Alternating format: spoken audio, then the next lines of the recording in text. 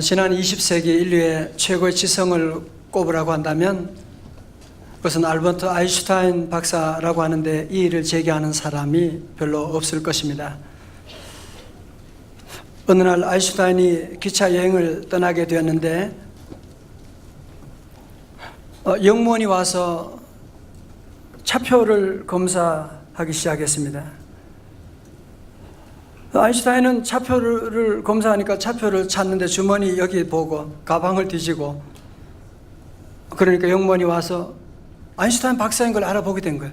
아이 박사님, 표 괜찮습니다. 그냥 괜찮습니다.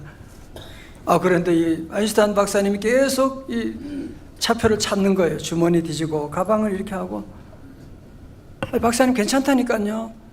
그러자 아인슈타인 박사님이 짜증을 내면서 한마디 했어요. 아니 그게 아니고 내가 차표를 찾아야 내가 어디로 가는지 알 수 있잖아요. 그런 얘기를 했다고 합니다. 이 예화는 빌리 그레이엄 목사님이 선교 집회 때 자주 쓰는 예화로서 사랑하는 성도 여러분, 여러분은 2018년을 시작하면서 여러분 인생이 어디로 가고 있는지 알고 지금 출발하고 계세요? 여러분 앞에 원래 어떤 일이 있을지 알고 지금 살아가고 계시는 거예요? 아니면 그냥 살아가는 거예요? 많은 사람들이 그냥 살아가는 거예요. 그냥 열심히 살아가는 그런 일이 얼마나 많이 있는지 모릅니다. 오늘 본문에 보면 신앙생활을 얼마나 열심히 하는지 몰라요. 그러나 우리 하나님 보실 때는 잘못된 길로 열심히 달려가고 있는 그런 한 교회 성도들의 이야기가 오늘 본문에 나오고 있습니다. 이 교회는 요한계시록에 나오는 7교회 가운데 제일 마지막 교회 라오디게아 교회입니다. 다 같이 라오디게아. 여러분 사도 요한이 그 도미시안 황제의 핍박받아서 반모섬이라고 하는 그 섬에 유배되어 갔습니다. 거기는 주먹보다 더 큰 전갈이 물면 사람을 죽일 수 있는 독이 있는 전갈이 있고 먹을 것도 없고 어찌 보면 세상의 모든 환경은 다 닫혀버린 최고의 그런 악조건 속에 들어가게 되었지만 그는 그 가운데 도리어 하나님 보는 눈이 열려지게 되는, 하늘문이 열려지게 되고 하나님께서 사도 요한을 통해서 앞으로 일어날 모든 우주 역사에 대한 비전을 보여주시고 특별히 먼저 소아시아의 7교회에 대한 환상을 그에게 보여주게 된 것입니다. 그 가운데 오늘 마지막으로 나오는 라오디게아 교회는 지금으로 말하면 터키 지역입니다. 지도 보시게 되면 에베소에서는 한 150km 되는 먼 곳에 있고 골로새 교회에서는 한 9km 가까운 곳에 있는 라오디게아 교회인데요, 만학자들은 이 라오디게아 교회가 제일 마지막에 나오는 교회라고 하는 거 보면서 세상 종말이 오게 되면 아마 마지막 이 라오디게아 교회와 같은 교회들이 많아지게 될 것이다 라고 그렇게 말하고 있는, 그런 의미에서 종말을 살아가는 저와 여러분들이 오늘 좀 눈여겨 깊이 좀 살펴봐야 될 교회가 바로 라오디게아 교회입니다. 3장 14절에 라오디게아 교회 사자에게 편지하라. 아멘이시여 충성되고 참된 증인이시여 하나님의 창조의 근원이신 이가 이르시되 말씀하고 있는, 우리 여기서 나오는 부활의 주님을 소개하기를 어떻게 소개합니까? 아멘이시고 충성되고 참된 증인이시고 하나님의 창조의 근본이신이다. 무슨 얘기예요? 지금 라오디게아 교회가 이 부활의 주님의 음성을 듣고 응답하여 다시 돌아오게 되면 창조의 근원 되신 하나님께서 다시 너희들을 새롭게 창조하여 줄 것이다. 그런 말씀이죠. 3장 15절에 내가 네 행위를 아노니 네가 차지도 아니하고 뜨겁지도 아니하도다. 네가 차갑든지 뜨겁든지 하기를 원하노라 말씀합니다. 여러분 이 라오디게아 교회 가까운 인근에 보면 그 히에라볼리라고 하는 온천이 있습니다. 아주 유명한 온천이 있는데 그 라오디게아까지 온천수를 이제 옮겨오는 수도관을 만들었어요. 한 9km 정도 되는 곳까지 내려오면서 어떻게 되겠어요? 뜨거운 펄펄 끓는 물이었지만 오면서 그 물이 점점 식어지게 되고, 또 오는 가운데 또 불순물들이, 또 이물질이 거기에 들어가게 되고, 그러니까 그 물을 도저히 마실 수가 없는 그런 물이 되어버리고 말게 되었는데, 바로 라오디게아 교회 성도들이 바로 차지도 않고 뜨겁지도 않는 이런 미지근한 온천수와 같은 너희들의 모습이 아니냐라고 말씀하고 있는, 여러분, 그래서 라오디게아 교회는 칭찬이 하나도 없어요. 전부 다 책망밖에 없는. 16절에서는 부활의 주님이 어떻게 이런 말씀 하실 수 있을까 할 정도로 심한 책망을 하시는데요, 3장 16절입니다. 네가 이같이 미지근하여 뜨겁지도 아니하고 차지도 아니하니 어떻게 해요? 내 입에서 너를 토하여 버리리라. 토하겠다, 이거 너무 심한 말씀하고 있는 것 아닙니까? 여러분, 저를 보세요. 주님의 음성이 들려질 때는 소망이 있는 줄로 믿으시기를 축원합니다. 여러분도 그렇잖아요. 소망이 있는 사람 다 이러지요, 그죠? 그러면 안 되잖아. 직원한테도 그런 얘기 하지요, 그죠? 그러나 소망이 없는 사람은 그런 얘기도 안 해요, 그죠? 그래, 그 사람은 얼마 지나면 완전히 끝나버리게 되지. 여러분, 누가 얘기해 줄 때, 충고할 때 고마운 줄 알으셔야 돼. 고마운 줄 알아야 돼. 교회에서 주의 종 여러분에게 얘기할 때 고마운 줄 알아야 되지, 얘기가 안 하게 되면 이제 끝나게 되는, 얘기가 안 하면 안 되는 거죠. 자, 보세요. 그러니까 주님이 토하여 버리시겠다고 말씀하니, 그 이유는 그러니까 미지근한 신앙 때문이라는 거 아니에요. 미지근한 신앙은 그러면 뭘 말하느냐? 19절의 말씀 보니까 무릇 내가 사랑하는 자를 책망하여 징계하노니 그러므로 네가 어떻게 하라고요? 열심을 내라, 회개하라. 열심이 없는 상태를 또 미지근한 신앙이라고 하셨구나라고 하는 것을 볼 수가 있죠. 자, 이제 저를 보세요. 혹시 여러분 가운데 나는 신앙생활을 하는데 나는 뜨거운 신앙생활을 열심히 있다라고 그렇게 얘기할 수 있는 분이 여기에 몇 분이나 되겠어요? 양심적으로 얘기하면 아마 대부분의 성도들이 나는 뭐 뜨겁진 않지만 그렇다고 나는 뭐 차가운 건 아니잖아, 이렇게 교회 봉사도 하고 하는 거 보면 그래도 미지근한 신앙 정도는 되지 않는가, 아마 그렇게 생각하는 분들이 많고, 또 미지근한 신앙이 뭘 그렇게 문제가 되냐, 교회 안 다니는 사람도 있는데 난 교회 나왔잖아. 세상에 죄짓고 허랑방탕한 사람도 얼마나 많은데 그래도 내가 교회 나와서 봉사하는 정도 되면 뭐 그래도 이 정도면 괜찮은 거 아니냐 라고 우리는 그렇게 생각할 때가 많죠. 자, 여러분 가운데 오늘 혹시 그런 생각, 정초의 목사님이 어떻게 저런 말씀으로 또 그래도 정초의 교회 나온 것만 해도 얼마나 여러분이 대단한 일인데 미지근하다고 저렇게 책망하시나?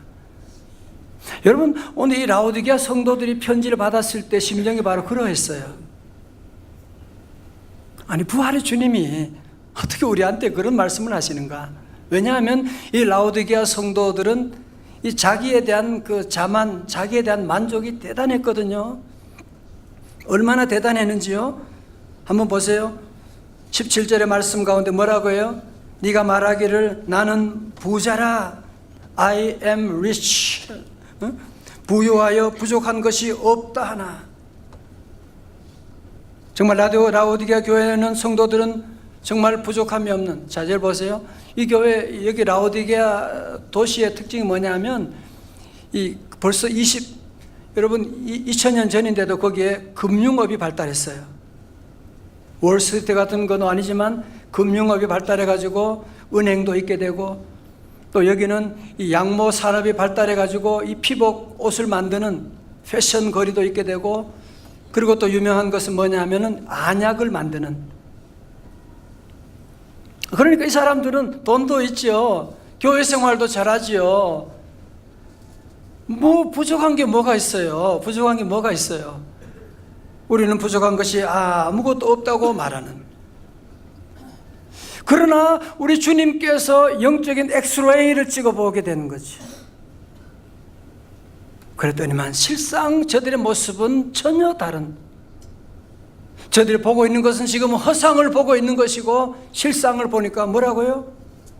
네 곤고한 것과 가련한 것과 가난한 것과 눈먼 것과 벌거벗은 것을 알지 못하는도다.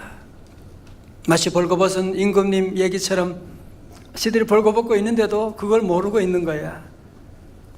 자기 성찰을 전혀 할 수가 없는, 자성 능력을 전혀 상실하고 있는, 자기가 지금 얼마나 가난하고 얼마나 문제 많은데 그걸 전혀 모르고 있는 그런 상태라는 겁니다. 성도 여러분, 그런 얘기 하지 않습니까? 암이 참 무서운 이유는 뭐냐면, 암이 자각 증세가 없는 경우들이 참 많이 있어요. 특별히 간도 그렇고 많은 부분들 보면. 그래서 처음에는 자각 증상이 별로 없고 그러니까 사람들이 잘 몰라요. 그러다 나중에 자각 증상이 나타나면 좀 이상하다고 해서 병원에 가보게 되면 너무 늦게 왔어요. 그래서 제가 아는 어떤 분도 폐암, 젊은 분인데 폐암이다고 해서 서울대 병원에 갔는데 3개월 만에 그냥 그렇게, 젊은 분이 그런 일이 있게 돼서. 여러분, 그래서 원래는 건강검진 기회가 오면 꼭 할 수 있더라. 예? 우리 교회 집사님 가운데도 보면 건강검진 했더니만 일찍이 초기에 발견해서 얼마나 감사한지 몰라요. 그런 얘기를 제가 많이 듣고. 원래 우리 성도들 다 예수 이름으로 강건하시기를 주의 이름으로 축원합니다. 그 라오디게아 교회 성도들은 그전에는 꿈에도 그런 생각 못했어요. 우리는 부유하고 신앙생활 잘하고 우리 교회는 큰 교회고 그랬었는데 예수님 말씀 들으니까 전혀 다른 모습을 저들이 보게 되는. 여러분, 그래서 예배 주일날은 여러분이 꼭 온 이유가 뭐냐면은 영적인 건강 검진 받는 시간이에요. 말씀 듣는 가운데, 기도하는 가운데 성령님께서 너 그러면 안 되잖아 말씀. 너 참 잘했구나, 잘 참았구나. 응? 그거 성령님이 우리 마음에 감동하시잖아요. 그죠? 함께하고. 자, 18절의 말씀 가운데 예수님은 라오디게아 교회에게 계속 말씀하십니다. 내가 너를 권하노니 내게서 불로 연단한 금을 사서 부유하게 하고 흰옷을 사서 입어 벌거벗은 수치를 보이지 않게 하고 안약을 사서 눈에 발라 보게 하라. 아까 말씀드렸던 그 문제점을 세 가지를 주님은 다 따로 말씀하고 있는 거죠. 너희들이 돈 자랑하고 금 자랑하는데 그거 말고 연단된 믿음의 금 같은 믿음을 가지게 되고, 너희들이 좋은 옷 자랑하고 있는데 그런 옷 말고 거룩한 옷을 입고, 너희들이 안약 자랑하는데 그런 안약 말고 이제는 성령의 통찰력을 가지라고 주님께서 말씀하시면서 2절에서 뭐라고 해요? 사라고 하는 단어가 3번 나와요. 내게로부터 사라는 거예요. Buy from me. 이 모든 것은 예수님 안에서 해결되는 줄로 믿습니다. 자, 19절의 말씀 가운데 물은 내가 사랑하는 자를 책망하여 징계하노니 그러므로 네가 어떻게 하라고요? 열심을 내라, 회개하라. 자, 이제 앞을 보세요. 이제 중요한 말씀을 들어갑니다. 라오디게아 교회 성도들 미지근한 신앙이었구나. 주님이 그래서 열심을 내라고 하셨구나. 그러면 열심을 내라고 하니까 내가 지금 하고 있는 일 더 열심히 하라고 하는 그 말씀인가 보다. 아니에요. 여러분, 오늘 주님의 부활의 주님의 말씀을 들어보면 정말 너무나 소박하고 너무나 어떻게 보면 당황스러운 그런 주문을 우리에게 하고 있는 거거든요. 한번 보실래요? 20절의 말씀, 요절 말씀이니까 우리 다 함께 크게 봉독합니다. 시작. 볼지어다 내가 문 밖에 서서 두드리노니 누구든지 내 음성을 듣고 문을 열면 내가 그에게로 들어가 그와 더불어 먹고 그는 나와 더불어 먹으리라. 아멘. 여러분, 어느 집에 아들이 가출을 했어요. 부모님 돈을 훔쳐가지고 가출을 하고 밖에 나갔지만 얼마나 살겠어요. 한 몇 개월 지나면서 돈도 다 떨어지게 되고 어느 집구석에 친구 집에 들어가서 거기에 들어있는 부모님이 그 소식을 들은 거예요. 어떻게 하겠어요? 어머님이 맛있는 음식과 불고기 싸가지고 그 아들 집에 가게 된 거예요. 가서 문을 두드리는 거예요. 아들이 안 열어줘. 엄마 왔는데. 문을 두드리는 거예요. 아니, 지금 내가 너 위해서 맛있는 음식 가지고 왔는데. 사랑하는 성도 여러분, 2018년 우리 주님께서 열심을 내라. 주님 우리에게 원하시는 건 뭐냐? 내가 너에게로 들어가서 너 나와 함께 밥 먹고 함께 얘기하고 나와 서로 교제하고 사랑 나누면서 함께 좀 잘 지내보자고 주님이 우리에게 말씀하고 있는 거예요. 너 왜 그렇게 분주하게 돌아다니니? 너 왜 그렇게 울고 다니니? 내가 너를 도와줄게. 내가 너의 집에 들어가서 함께 밥 먹고 내가 도와줄 텐데 왜 너는 문을 꼭 닫아놓고 왜 혼자 울고 있느냐고 낙심하고 있느냐고 주님이 우리에게 말씀하고 있는 거예요. 오늘 주님 말씀을 두 가지로 정리해 본다면, 첫 번째로 우리 주님은 누구든지 내 음성을 듣고 문을 열면 내가 그에게로 들어가. 성도 여러분, 열심을 내라고 해서 주님이 우리에게 뭐 대단한 거 요구하는 줄 알았는데 우리 주님의 말씀은 뭐예요? 내가 너희 집에 들어가고 싶다는 거예요. 내가 너희 인생에 내가 너를 도와주고 싶다는 거예요. 내가 너와 함께하고 싶다는 거예요. 내가 너 회사를 내가 좀 들어가고 싶다고 하는 거예요, 지금. 그래서 주님이 문을 두드리고 계신데 우리는 주님 없이도 나는 잘할 수 있다고 생각하고 자꾸 문을 닫아 걸고 집에도 문을 닫아 걸고 혼자 염려하고 걱정할 때가 얼마나 많이 있습니까?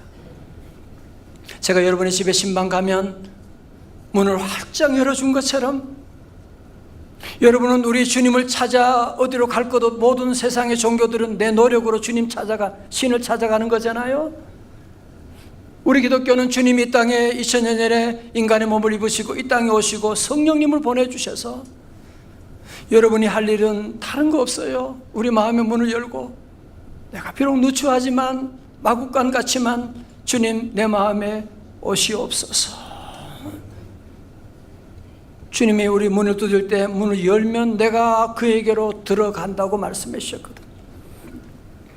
혹시 여러분 가운데 그런데 나는 예수님 영접하고 벌써 집사가 됐는데 자꾸 믿음 생활하면서 내 마음의 열정이 언제부턴가 사라지고 교회 나오는 것도 의무감에 억지로 나올 때가 참 많이 있는 이렇게 미지근한 신앙이 돼버렸네요. 그런 분이 계실지 몰라요. 여러분 왜 그런지 가르쳐 드릴까요? 여러분 여기에 뜨거운 물을 받아왔어요. 더 이상 물을 끓이지 않고 그냥 여기에 물을 놔뒀어요. 1시간 지나면 어떻게 될까요? 물이 식어지는 거예요. 미지근해지게 되는 거예요. 여러분 아무리 신목사 신학을 20년 공부하고 목회를 30년 했다고 해도 하나님 말씀 듣지 아니하고 기도하지 아니하면 저도 한 주만 지나면 믿음이 식어지게 됩니다. 여러분이 어느 날 산에 가서 산기도하고 성령의 불을 받았다고 해도 여러분이 한 주간만 기도 생활, 말씀 생활을 놓치게 되면 차가워져 있는 내가 어떻게 이렇게까지 될 수가 있지라고 하는 깜짝 놀라는 여러분의 모습을 볼 때가 있을 거예요. 그래서 오늘 우리 주님은 우리에게 말씀하고 계시는 겁니다. 열심을 내서 우리가 할 일이 뭐냐? 둘째로 나와 더불어 먹고 너는 나와 더불어 먹으리라. 함께 같이 밥 먹자, 그 말씀하고 있는 거예요. 오늘 그래서 말씀의 제목을 함께 밥 먹고 교제하자, 그런 제목으로 말씀을 세웠습니다. 저희 어머님은 미국에서 오래전에 돌아가셨는데, 돌아가실 때 몸이 많이 아프셨어요. 알츠하이머, 파킨슨 병도 있으시고. 미국에서도 저희들 어머님을 끝까지 모셔드리고, 근데 어머님 몸이 안 좋으시면서도 늘 제게, 우리 가족들에게 하는 말씀이 한 가지 있어요.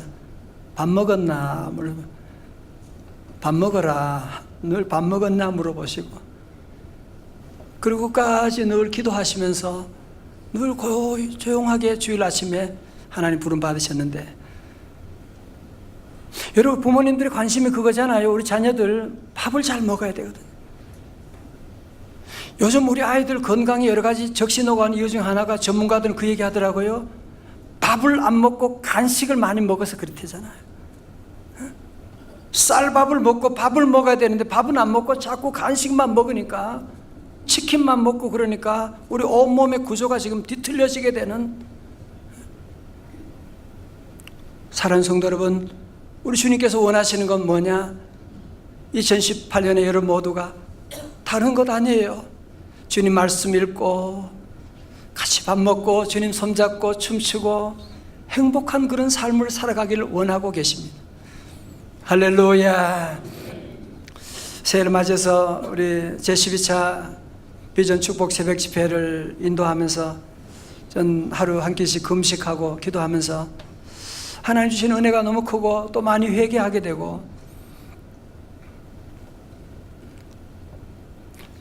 우리 교인들처럼 삶의 현장에서 이렇게 열심히 살아가는 분들, 정말 보면 새벽부터 밤늦게까지 얼마나 뛰고, 여러분이 아이들 위해서 얼마나 열심히 정말 돌보고 말이죠. 교회 오면 교회 와서 구석구석 여러분의 손길들을 정성을 다해서 섬기는 귀한 분들 제가 모시고 얼마나 감사하고 행복한지 몰라요. 근데 하나님께서 원래 원하는 한 가지 소원이 있으세요. 여러분 다 귀하지만 원래는 무엇보다도, 어떤 열심보다도 주님과 함께 말씀 읽고 예배드리고, 주님과 함께 핸드폰으로 주님과 대화하고, 그래서 원래 목표는 뭐냐면 24시간 예수님과 동행하는 것입니다. 다 같이 24시간 예수님과 동행. 아멘.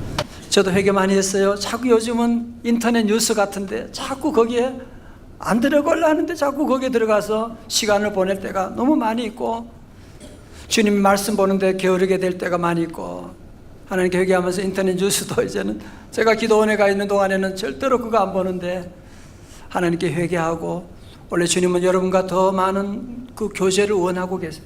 나와 같이 밥 먹자고 말씀하고 계시는 거예요. 요한복음 15장 7절의 말씀입니다. 다 같이요, 시작. 그하고 내 말이 너희 안에 거하면 무엇이든지 원하는 대로 구하라. 그리하면 이루리라. 아멘. 여러분 미국의 그 워런 버핏 얘기 아시죠? 그죠? 그분은 1년에 한 번 함께 식사하는 사람, 점심 식사하는 사람을 찾는데, 제가 조사해 보니까 식사 시간이 한 3시간 돼요. 근데 식사 한 끼 같이 하는데 얼마인지 아세요? 작년에 보니까 얼마냐? 267만 달러. 우리 돈으로 30억 원. 한 끼 식사하는데. 여러분, 우리 주님은 여러분과 함께 식사하기를 원하는, 우리 주님과 식사하는 워런 버핏하고 비교할 수가 있어요. 워런 버핏하고 식사하려면 돈을 내야 돼요. 그럼 여러분이 주님과 식사하고 주님과 말씀 읽고 기도하면 주님은 우리에게 30억 원, 그건 비교가 안 돼. 더 놀라운 은혜와 축복 내려주실 줄로 믿습니다. 김영규 교수가 쓴 점프라고 하는 책에 대나무에 대한 얘기가 나오는데요, 대나무는 씨앗을 심으면 한두 해는 아무것도 보이지 않는데요, 3년째가 되면 어린 죽순이 고개를 내밀고 30cm가량 자라난다고 합니다. 그러나 넷째가 되면 그대로 30cm입니다. 4년 동안 고작 자라는 게 30cm밖에 안 자라는 거예요. 그런데 심은 지 5년째가 접어들면 폭발적인 성장을 하는데, 이것을 영어로 퀀텀 리프라고 하는데요, 대나무 마디마다 생장점이 있어가지고 하루에 1m씩 자라게 되고, 대나무의 1시간 생장 속도는 소나무 30년 길이 생장에 해당된다고 하는 이 폭발적인 성장을 한다고 하는데, 성도 여러분, 아니 어떻게 5년째 이렇게 폭발적인 성장을 할 수가 있나요? 그것은 지난 4년 동안 뿌리를 깊이 내렸기 때문에 5년째 된 날 갑자기 폭발적인 성장 퀀텀 리프가 이루어지게 되었다고 하는 것이거든요. 여러분, 저를 다 보십시오. 여러분, 신앙생활도 마찬가지입니다. 여러분, 성경 말씀 읽고 기도하고 봉사하고 누가 알아주겠어요? 아니, 앞에서 일하면 도리어 욕먹을 때도 많아요.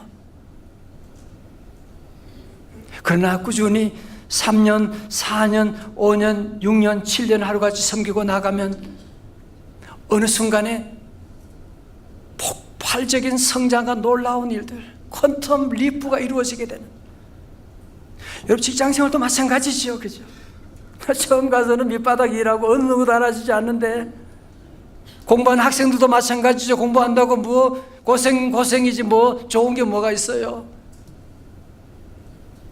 그러나 3년 지나게 되면 어느 날 폭발적인, 여러분 물도 그렇잖아요. 99도 아무런 끓지도 않아요. 그러나 1도를 높였는데 물이 끓기 시작하는 거예요. 우리 성도 올 한 해 동안 주님과 뜨거운 교제하고 말씀 읽고 주님과 사랑의 온도를 높이고, 뭐 별 차이 없고 아무런 보이지도 않을지 몰라요. 그러나 여러분 꼭 기억하십시오. 때가 되면 우리 하나님께서 여러분의 삶 가운데 퀀텀 리프를 허락해 주세요. 어떻게 저희 집에 애들이 저런 일이 있게 되는가? 그건 갑자기라는 건 세상에 절대로 없어요. 축적된 여러분의 에너지와 기도가 있었기 때문에 드러나는 거지, 갑자기가 어디 있어요? 제가 2014년에 도미니카 공화국에 선교사 대회가 있어가지고, 중남미 선교사 대회가 있어가지고 그때 강사로 다녀온 적이 있었는데, 그때 갔는데 거기 강사분들 대부분 목사님인데 장로님 한 분이 오셨다. 미국에서 오셨나요? 그분 이름이 신대용 장로님이신데, 제가 뭐 종씨라도 그런 게 아니고 같이 좀 귀한 장로님 오셔가지고 함께 교제도 하고 그분이 이제 간증도 하는 거 듣게 되는데, 이분이 1971년에 가난이 싫어가지고 미국에 좀 잘 살아보려고 갔어요. 잘 살아보려고 갔는데 미국 가서도 가난은 마찬가지, 수중에는 현금 $200, 한 23만 원밖에 없고, 둘째 아이가 태어나는데 병원 갈 돈도 없고 냉장고 텅텅 비어가지고 절대 가난을 경험하고, 그래서 친구한테 도움 받기 위해서 하루는 차를 운전해서 200년짜리 되는 그 일방 통행 다리를 건너가는데, 다리 중간에 가서 자동차 시동이 꺼져버리게 된 거예요. 그러니까 중간에 무슨 어디 오도 갈 수도 없고 또 뭐 부를 수도 없고, 그때 생각하니까 이건 뭐야, 나는 인생은, 나는 돈도 떨어지게 되고 애들 우유값도 하나 없고, 아니 내가 그래도 유일하게 가지고 다니는 자동차마저 엔진이 꺼지게 되고, 그래서 내 인생의 엔진이 이렇게 꺼지게 되는 것이구나. 그때가 1978년이었는데, 그때까지는 교회를 그냥 건성으로 다녔는데 그 순간에 하나님에 대한 기도가 눈물이 터져 나오게 되는 거예요. 하나님, 제가 버틸 수 있는 바닥까지 내려갔습니다. 우리 가정은 끝입니다. 나 어떻게 해요? 나 어떻게 살아요? 엔진이 꺼져버렸습니다. 울고 기도하는데 4시간 동안 기도하는 가운데 성령님께서 그의 마음에 감동하시면서, 그래, 내가 너희 안에 들어가고 싶은데, 나 너와 같이 살고 싶은데, 너희 집에는 더러운 게 너무너무 많잖아. 그때 생각나는 4가지. 첫 번째로, 내가 집사지만 아직까지 담배를 못 끊었구나. 둘째로, 술을 끊어라. 세 번째로, 포커를 끊어라. 그리고 자기가 소위 명문대학 나왔다고 교만한 마음 가지고 예배 시간마다 목사 설교 비판하고 전혀 은혜를 못 받았는데 교만을 끊어라. 주님의 말씀, 성령께서 그 안에, 자기 안에 벌거벗고 눈 멀고 가련한 모습을 보게 하시고, 그동안 주님이 얼마나 내 문을 두드려 주셨는데 문을 열지 않고 살아왔던 날들을 회개하면서 그는 그 자리에서 엔진이 꺼진 차 안에서 하나님께 기도하고 주님을 모셔드리고 믿음으로 살겠습니다. 다시 살겠습니다. 한 번만 다시 기회를 주십시오. 기도했는데요, 정말 그 순간에 못된 그 4가지 습관이 다 나가버렸대요. 그리고 지난 8년 동안 아무것도 되지 않고 허송세월만 보냈는데 주님 다시 모신 다음 즉각적으로 놀라운 일이 시작하는데 1979년 어느 날 미국 변호사 에드먼드 콜먼 씨가 갑자기 전화를 했어요. 만나자고 해서 갔더니만 DSE라고 하는 작은 자동차 부품 공장인데 콜먼 변호사는 두툼한 법률 문서와 펜을 가지고 받아 적으라고 하는 거예요. 그 내용은, 나 신대영은 이 공장을 $1에 인수하는 데 동의한다. 이거 신문에 나온 적, 일간신문에 여러분도 누르면 확인할 수 있어요. 참, 어떻게 그런 일이 가능해요? 나도 신장로님이 그 콜먼 씨에게 물어봤어요. 어떻게 그런 일, 자기도 이민자고 자기도 독일 사람으로 미국 올 때 하나님만 바라보고 와는 빈손으로 왔는데 나를 도와준 사람이 있었어. 그래서 나도 당신에게 $1로 이 큰 사업체를 넘겨주고 당신도 나중에 세월이 지나면 그때 이 사업을 다 그렇게 넘겨주라고 그런 얘기를 했다고 하는 것. 여러분, 내가 내 마음의 문을 열고 내 안에 있는 모든 더러운 죄를 다 회개하고 주님을 모시고 주님과 교제하기 시작하니까, 주님과 밥 먹고 주님과 함께 기도하며 나가게 되니까 주님이 일하기 시작하는데, 여러분, 주님이 일하기 시작하면 여러분이 상상할 수 없는 놀라운 역사 이루어 주실 줄로 믿습니다. 사랑하는 성도 여러분, 2018년에 많은 사람들이 위기해라고 말들 하지요. 금융위기가 3월 5월에 오네, 전쟁 위기를 얘기하기도 하고, 요즘 우리 청소년들 문제, 여러분 자녀들 문제 얼마나 심각합니까? 인터넷 게임 문제, 아이들 키우는 부모들은 너무너무 고민하고, 앞으로 한국교회에 대한 여러 가지 많은 위기도 온다 얘기도 하고. 여러분, 올 한 해 어떻게 사실 거예요? 또 작년처럼 여러분이 열심히 내 생각대로 내 방법대로 한번 그렇게 살아보실래요? 아니면 원래만이라도 예수님 내 안에 모시고 주님이 그렇게도 우리 마음의 문을 두드리고, 내가 너와 함께, 내가 너를 도와주겠노라고, 내가 너와 함께 밥 먹겠다고 주님이 오시겠다고 하는데, 이제는 문 닫아놓지 말고 마음의 문을 활짝 열고, 여러분 올 한 해는 주님과 함께 밥 먹고 주님과 교제하고 주님과 기도하고 주님이 일하시는 놀라운 역사를 체험하지 않으시겠습니까? 하나님은 여러분을 너무너무 사랑하세요. 여러분을 향한 놀라운 계획을 우리 주님이 다 가지고 계시고, 오늘 시간 귀 있는 자는 성령님이 여러분에게 하시는 말씀을 들을 수 있기를 주의 이름으로 축원합니다. 여러분 아시죠? 이슬람 문화권으로 가게 되면 여행하신 분은 다 아실 거예요. 하루에 5번 사이렌이 울립니다. 왜? 기도 시간이라고. 공항에서도 다 담요 깔고 거기 다 기도하고, 유태인들은 하루에 3번씩 기도하는 거 여러분 아세요? 여러분 이렇게 신앙생활 해도 괜찮다고 생각하세요? 여러분의 환경이 힘든 게 아니에요. 여러분 사업이 힘든 게 아니라니까요. 여러분이 혼자 애쓰니까 그렇게 힘든 거지, 주님이 오셔서 내가 너를 도와주겠노라고 말씀하는데 왜 그렇게 뿌리치세요? 언제까지 내 힘으로 내 방법대로 살아가시려고 그러세요? 오늘 여러분 마음의 새해를 맞이하여 결단하십시오. 아니, 주님이 여러분에게 원하는 거, 대단한 거 요구하는 거 아니잖아. 내가 너희 집에 가고 싶어. 응? 내가 너희 회사 같이 있고 싶어. 나랑 같이 밥 먹자.